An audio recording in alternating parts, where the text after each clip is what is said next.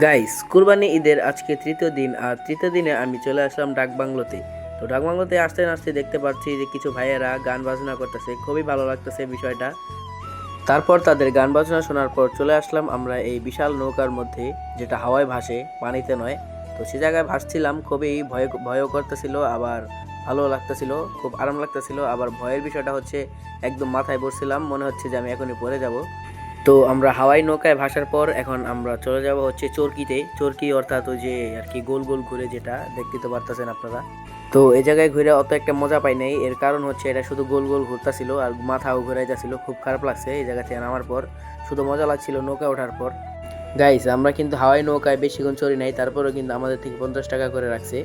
শুধু হাওয়াই নৌকা থেকে যে আমাদের থেকে 50 টাকা করে রাখছে তাও কিন্তু না, এই যে আমরা চরকিতে উঠেছি সেখান থেকেও কিন্তু আমাদের থেকে 50 টাকা করে লুট করে নিয়েছে। তাই আর কি এই শোক সহ্য করতে না পেরে আমরা চলে আসলাম ফুচকার দোকানে দই ফুচকা খাওয়ার জন্য। তো দুই চাস্তো ভাই মিলে দই ফুচকা খেলাম, খুবই মজা লাগলো। 150 টাকা রাখছে, মানে আর কি বলবো, 150 টাকা দিয়ে দই ফুচকা। সব মিলে মনে হয় 14-15 পিস পাইছি কিনা সন্দেহ, তাও পাই নাই, আমাদের থেকে 150 টাকা লুট করে রাখছে।